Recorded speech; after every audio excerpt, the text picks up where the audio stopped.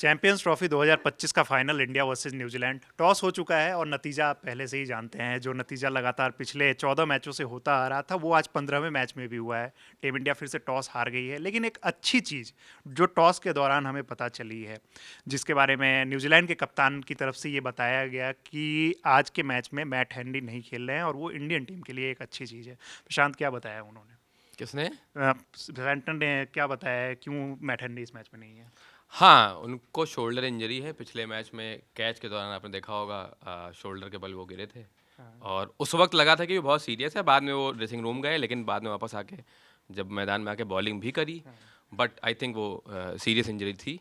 और क्योंकि कल मैं कई जगह रिपोर्ट्स पढ़ रहा था, कल न्यूजीलैंड की टीम जब आईसीसी एकेडमी में प्रैक्टिस करने के लिए आई तो उन्होंने सिर्फ 7 बॉल डाली थी, बस सिर्फ। 7 बॉल डाली थी। हाँ, तो कल ही ऑलमोस्ट कंफर्म हो गया था कि मैट हेनरी नहीं खेलेंगे मैच में। अब ये मैट हेनरी क्यों इंपॉर्टेंट है? उसके लिए 2019 वर्ल्ड कप में चल रहे हैं। 2019 वर्ल्ड कप में जो इंडिया के अगेंस्ट मैच हुआ था, 10 ओवर में अगर मैं गलत नहीं हूँ तो 37 या 35 रन उन्होंने दिए थे, 3 विकेट लिए थे, लेकिन तीनों विकेट उन्होंने स्टार्टिंग में ही ले लिए थे। और मैट हेनरी पिछले मैच में भी उन्होंने दिखाया है जिस क्वालिटी के वो एक पेसर हैं, जिसकी लगातार तारीफ होती रहती है, वो मतलब एक इंपॉर्टेंट प्लेयर हो सकते थे।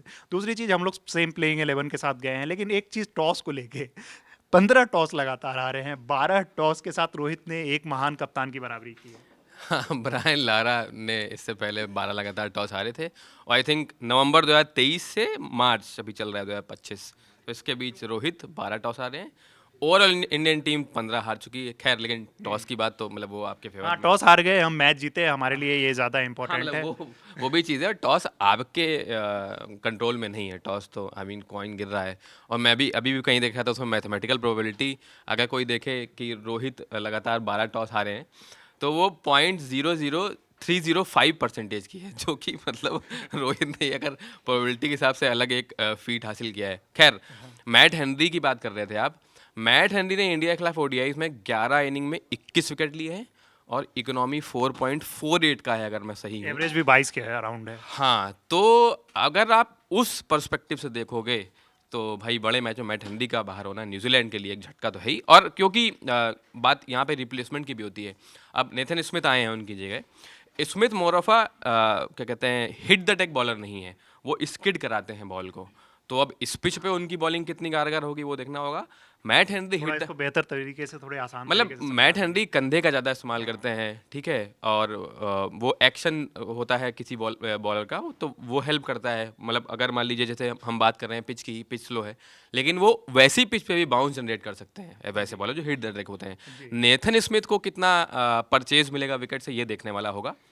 तो अब ये तो उनकी बॉलिंग में एक और प्लेयर जिनको लेके लगातार काफ़ी बात हो रही है, क्योंकि न्यूजीलैंड जो एक अच्छी टीम स्पिन की मानी जाती है और उनके पास एक स्पिनर काफ़ी अच्छे हैं। वैसे तो 2-3 स्पिनर्स हैं, ब्रेसवेल हो गए और ग्लेन फिलिप्स भी बॉलिंग करते हैं, रचिन रविंद्र पार्ट टाइम अच्छी बॉलिंग कर लेते हैं, लेकिन मिचेल सेंटनर कप्तान, जिनको लेके काफ़ी बातें हो रही है। विराट कोहली के लिए ये एक स्टैट्स में देख रहा था कि 2020 के बाद 11 बार उन्होंने आउट किया है विराट कोहली को।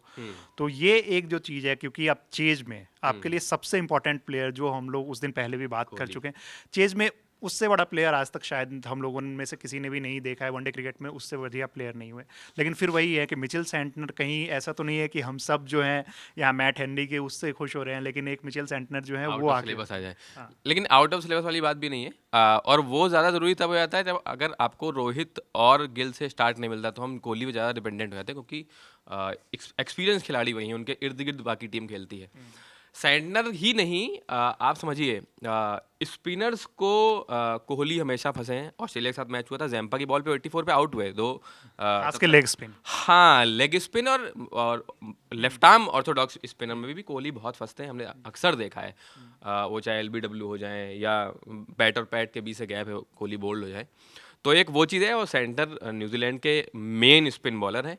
उसके अलावा रचिन रविंद्र भी अगर थोड़ा बहुत परचेज मिलेगा इस स्लो विकेट पे, तो वो भी आपको थोड़ा टैकल करना पड़ सकता है रचिन रविंद्र को। बाकी मुझे लगता नहीं है, ब्रेसवेल ने जो इंडिया के साथ लीग मैच हुआ था उसमें बहुत अच्छी बॉलिंग कराई थी। मुझे इंप्रेसिव नहीं लगे थे वो। फिलिप्स पार्ट टाइम बॉलर हैं, अगर अब कुछ होगा तो वो वाली बात है कि। लेकिन हाँ, सेंटनर एक खतरा हो सकते हैं। अगर आप चेज कर रहे हो। एक चीज़ और कि फाइनल मतलब जैसे रोहित शर्मा को लेकर बहुत सारी बात हो रही है, लेकिन रोहित शर्मा इस मैच में कितने इंपॉर्टेंट होने वाले हैं, क्योंकि उनका जो गेम है वर्ल्ड कप के टाइम से हम लोगों ने देखा है कि काफ़ी चेंज हो चुका है। और उसकी काफ़ी क्रिटिसिज्म भी होती है कि रोहित शर्मा जो है वो आ रहे हैं, स्टार्ट दे रहे हैं, लेकिन वो स्टार्ट को कन्वर्ट नहीं कर रहे हैं। इसमें भी अभी तक 110 के आसपास, 104 के आसपास ही उनके रन हुए हैं 4 इनिंग में। यहाँ क्या लगता है कि एक बड़ी पारी की उनसे उम्मीद कर सकते हैं, या वो फिर उसी स्टाइल से जाएंगे कि 5-7 ओवर में ही इतने रन बना दो कि सामने वाले पे फिर प्रेशर ना आए? यार कोहली को लोग क्रिटिसाइज करते हैं इंटेंट इंटेंट इंटेंट। आज मैंने एक्सपेक्ट पोस्ट किया कि मुझे गट फीलिंग आ रही है कि आज रोहित चल रहे हैं। तो वही है, रोहित का सीन ऐसा है कि यार अगर वो बंदा 20-25 ओवर खड़ा हो गया तो अकेले मैच खत्म कर 20 देगा। ओवर में तो रोहित शर्मा मैच चेंज। हाँ, तो उनके साथ वही है, इंटेंट की बात है। लेकिन होता क्या है ना, जब आप बीच मैदान पे वहाँ खड़े होते हो, हम लोग इंटेंट इंटेंट करते हैं, वो प्लेयर अपने हिसाब से ही खेलता है। आप कितना भी कर लें, अब वो उसका इंटेंट हो जाए या जो कुछ भी हो जाए, आप कुछ भी कह लें। बाकी रोहित बड़े खिलाड़ी तो हैं ही, अब अगर चलेगा तो फिर मज़ा ही एक आएगी और देखने चीज, आखिरी चीज़ की पिच को लेके बात हो रही थी। हमने देखा कि जो एक्सपर्ट्स हैं, खास के वहाँ पे रमीज राजा और अरुण फिंच, वो दोनों थे। उन दोनों ने बताया कि ये जो सरफेस है काफ़ी ड्राई सरफेस है, और जब जैसे जैसे गेम मतलब आगे बढ़ेगा, जैसे जैसे गेम प्रोग्रेस होगा, बॉल जो है वो पिच जो है वो स्लो बिहेव करना स्टार्ट करेगी। इसमें स्पिनर से ज़्यादा जो खतरा होता है ना, उससे ज़्यादा पेसर्स की, क्योंकि उनके पास 2 पेसर है। काइल जेमिसन की हाइट जो है वो लगभग 6'8", 6'9" के अराउंड है। विलियम ओरूक जो है वो 6'6" के हैं। तो उसमें क्या होता है कि एक तो हाई आर्म एक्शन वाले बॉलर, और उसके बाद अगर उनकी बॉल जो है वो स्लो आएगी, रुक के आएगी। स्लो आना दूसरी बात, रुक के अगर विकेट पे आ रही है तो उसको भी टैकल करना प्लेयर्स के लिए ज़्यादा मुश्किल हो सकता है। उससे ज़्यादा मेरे को लगता है कि कोई पेसर, जेमिसन टाइप का अगर कोई पेसर है, वो अगर कटर डालता है, ठीक है, तो वो ज़्यादा थोड़ा खतरा हो सकता है खेलने के लिए। वो इतनी इजी नहीं होगी, हाँ। लेकिन ऐसा भी नहीं है कि ये विकेट एकदम अनप्लेबल हो जाएगा, वो चाहे स्पिनर हो चाहे पेसर हो, ठीक है, क्योंकि थोड़ा बहुत मॉइस्चर है विकेट पे। आप देखिए, विकेट तैयार किया गया है, इतने दिन का गैप था। इंडिया शायद पाकिस्तान से विकेट पे खेली थी, उसके बाद दूसरे ट्रैक पे मैच हुआ था न्यूजीलैंड के साथ। सैंडे ने कहा है कि जैसा पिछले मैच में हम दोनों के लिए ट्रैक था, जो पिछला मैच इंडिया न्यूजीलैंड हुआ था, सेम वैसा ही ट्रैक लग रहा है। वही बात मैं कह रहा हूँ। और आप पिछले मैच में सेमीफाइनल में देखिए, रोहित शर्मा श्योर नहीं थे कि क्या करना है, बैटिंग या बॉलिंग। आज भी उन्होंने वैसा ही कुछ बोला। खैर, रोहित शर्मा तो हर मैच में वो ऐसा डिप्लोमेटिक आंसर देते हैं, अगर वो सामने वाली टीम टॉस जीत के बैटिंग ले ले तो वो कहते हैं मैं तो बॉलिंग ही सोच के आया था। आज उन्होंने कहा कि कुछ भी हो जाए। क्योंकि और दूसरी चीज़ ये भी है कि ये विकेट ऐसा भी नहीं है कि एकदम 360 डिग्री टर्न ले लेगा सेकंड इनिंग में, तो नहीं होगा। ठीक है। तो पहली बारी में भी आपको भी अभी देखिए, थोड़ी देर में आपको टर्न मिलने लगेगी, हाँ, स्पिनर्स प्ले में आ जाएंगे। तो ऐसा नहीं कि एकदम अनप्लेबल हो जाएगा। आप क्या स्कोर तक हम लोगों को रोक लेना चाहिए लास्ट?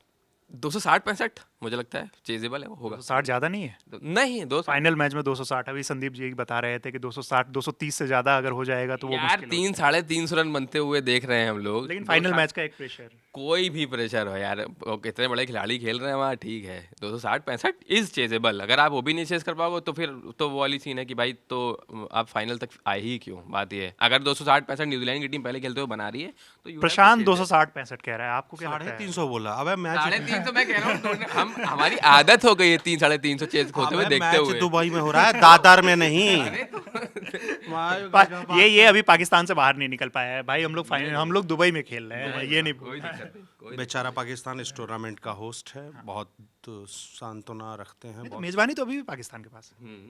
पाकिस्तान वो लिख के आ आईसीसी ने रहा है। आप बोला अगर है कि टीवी अच्छा देखिए, टूर्नामेंट होस्ट किया है पाकिस्तान ने, ऐसा मत बोलिए। यार सारे इंपॉर्टेंट मैच दुबई ने होस्ट किया, उसको मेजबान पाकिस्तान देखो, ये वही होता है कि सुनो, कई घर में शादियां होती हैं ना, तो जो होस्ट होता है थोड़ा कई बार कमजोर होता है, तो एक बड़ा घर का बड़ा कोई दे दिया परिवार जाता है, है उसको जिम्मेदारी देती है। वो आर्थिक तौर से, शरीर से, मतलब खड़ा होकर शादी का सही आयोजन करवाता आप है। अपने परिवार में अब वही, हाँ, सही आयोजन। तो इसमें क्या किया कि देखो, पाकिस्तान की औकात तो थी नहीं, तो आईसीसी ने बोला घबराना नहीं, आपने घबराना नहीं है, कोई नहीं, आप सब मैच अपने यहाँ किसी तरह से करा लो, भारत के मैच हम करवा देंगे।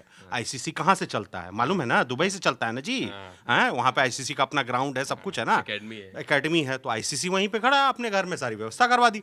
ऐसी शादियां देखी है ना घर में। ये पाकिस्तान के साथ वही हुआ और कुछ नहीं है। ये एक्सप्लेनेशन देख चुके हैं। इस एक्सप्लेनेशन के लिए इनका एक शो भी आता है, नहीं, और इतने अच्छे तरीके से ये एक्सप्लेन करते हैं ना हर चीजों को, जहाँ पे ये एकदम जिस एग्जांपल से आप रिलेट कर पाए। नहीं, इनका शो जरूर देखिएगा। शो के बारे में मैं आपको लिंक डिस्क्रिप्शन बॉक्स में दे दूंगा। हाँ, लेकिन आज के मैच की बात करें, अगर आपको क्या लगता है कि क्या स्कोर, सबसे पहले स्कोर पे आ जाते हैं, क्या आपको लगता है कि कितना स्कोर तक रोक लेना चाहिए? देखो, फाइनल का प्रेशर अलग होता है। 240-45 का स्कोर, देखो सब कुछ, देखो इस पे डिपेंड करता है कि कौन सी स्ट्रिप का इस्तेमाल हो रहा है। बार बार रोहित शर्मा इसी बात को कंफ्यूज है कि कौन सी पिच कैसा खेलेगी नहीं पता है।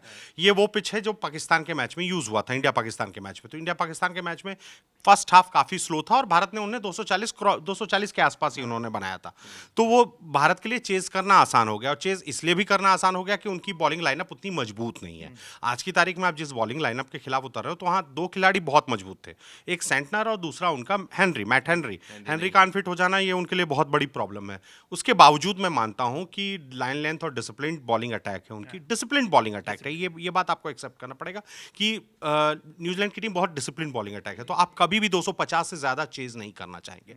फाइनल का अपना प्रेशर होता है, आप देख लीजिए ना, इंग्लैंड कितना कंफर्टेबली सिट कर रहा था 2019 के फाइनल में, यही 250 के आसपास का टारगेट हुआ था उस फाइनल में भी, पर वो मैच कैसे फंसा, मतलब बहुत कंफर्टेबल थे, उसके बाद वो मैच फंस गया। बेन स्टोक्स थे जो, हाँ, इसीलिए कि आप नहीं चाहेंगे कि वो प्रेशर आप झेले। ऑल्दो आप कहेंगे कि सेमीफाइनल में हमने 260 चेस कर लिया, तो सेमीफाइनल में वो बॉलिंग अटैक ऑस्ट्रेलिया की नहीं थी जो जिसके लिए ऑस्ट्रेलिया जाना जाता है। तो फाइनल का सबसे बढ़िया एग्जांपल 2011 वर्ल्ड कप, जिस मुंबई की ट्रैक पे इतने रन बाबा इंडिया मुंबई के ट्रैक्स में 275 फर्स्ट बैटिंग करते हुए बनाया, और 20 ओवर के बाद वो वहां ड्यू हो गया, वो बैटिंग के लिए बहुत आसान हो गया। 2023 का सेमीफाइनल देख लो ना यार, 398 आपने बनाए थे, उन्होंने 320 जवाब में मारे हैं।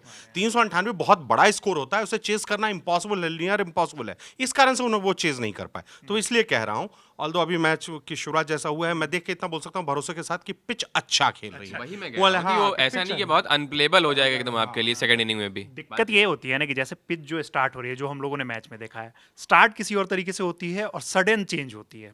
यहाँ पे ये चीज बस, और आपने एक चीज नोटिस किया होगा कि चाहे आप दोनों कैप्टन के स्टेटमेंट्स को देखो, दोनों कैप्टन ने ये नहीं बताया, एकदम से ये कॉन्फिडेंट नहीं दिख रहे हैं कि पिच जो है वो पूरी तरह की समझ के वो बैठे हुए हैं। हाँ। नहीं समझ पा रहे हैं। यहाँ पे आप चाहे एक्सपर्ट्स को देख लो, आप 4 एक्सपर्ट्स को सुनोगे ना, सबके स्टेटमेंट्स वेरी कर रहे हैं। जैसे आज रमीज राजा को मैं देख रहा था और अरुण फिंच ने कुछ अलग बात कही, आकाश चोपड़ा ने कुछ अलग बात कही। आकाश चोपड़ा का कहना था कि इस पिच पे इंडिया जो है वो कोशिश करेगी 270-72 के आसपास रोकने की, क्योंकि पिच जो है वो बहुत ज़्यादा इसमें कुछ चेंज नहीं आने वाला। लेकिन उन लोगों ने कहा कि पिच जो है काफ़ी स्लो बिहेव करना स्टार्ट करेगी। तो दोनों स्टेटमेंट काफ़ी चेंज। जब सेकंड इनिंग से पहले आप रोलर लेते हो, है नहीं, वो फर्क देता है ना। और वो भी स्टार्टिंग के 8-10 ओवर आपके लिए बहुत इजी होते हैं खेलने के लिए। जैसे आज गिल और रोहित खेलेंगे तो वो डिफिकल्ट होने वाला नहीं ना उतना। वो सडन चेंज इसलिए लगता है क्योंकि वो रोलर का एकदम इफेक्ट खत्म हो जाता है एकदम से। ठीक है, बस लास्ट क्वेश्चन, दो प्लेयर आपको बताने हैं कि जो एक्स फैक्टर साबित हो सकते हैं, इंडिया से भी 2 और न्यूजीलैंड से भी 2।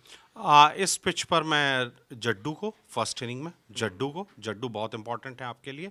और बैटिंग में जब चेस करते हुए तो शुभमन गिल और विराट कोहली, एक को वो 80-90 या 100 रन वाली इनिंग खेलनी anchor inning type, anchor inning चाहिए आपको। कोई भी टारगेट चेस करने के लिए एंकर इनिंग चाहिए। ऑल्दो न्यूजीलैंड 150 पे ऑल आउट हो जाए तो कोई बात नहीं।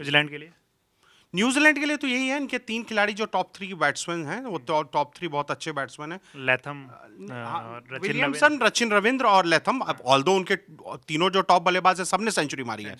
ब्रायन यंग ने सेंचुरी मारी है, क्या सॉरी नहीं young sorry my bad, young ने सेंचुरी मारी पाकिस्तान के खिलाफ। केन विलियमसन ने पिछले मैच में मारा। रचिन रविंद्र भी सेंचुरी मार चुके हैं, तो 2 मार चुके हैं। तो मतलब इस तरह से देखा जाए तो उनकी बैटिंग लाइन बहुत मोर और लेस सेटल्ड है। और उस मैच में लेथम की भी सेंचुरी थी। तो बैटिंग लाइनअप उनका ज्यादा बेहतर खेला है। पर मतलब आप ये भी बोल सकते हो कि को होस्ट पाकिस्तान के यहाँ भी मैच खेले हैं वो लोग। जी प्रशांत। यार इंडिया के लिए रोहित और अय्यर, मुझे लगता है फिर से अय्यर की इनिंग इंपॉर्टेंट होने वाली है। क्योंकि आपने मतलब पिछले ओडीआई में ही देखो और इस टूर्नामेंट में भी देखो, जैसे पिछले मैच में अय्यर क्या कर रहे हैं, वो कोहली से प्रेशर हटा रहे हैं आके, हमेशा से वो रोटेट करते रहते हैं। तो वो बहुत ज़रूरी है। और आज क्योंकि स्पिन की बात कर रहे हैं हम लोग, तो वहाँ पे अय्यर की इनिंग इंपॉर्टेंट होने वाली है।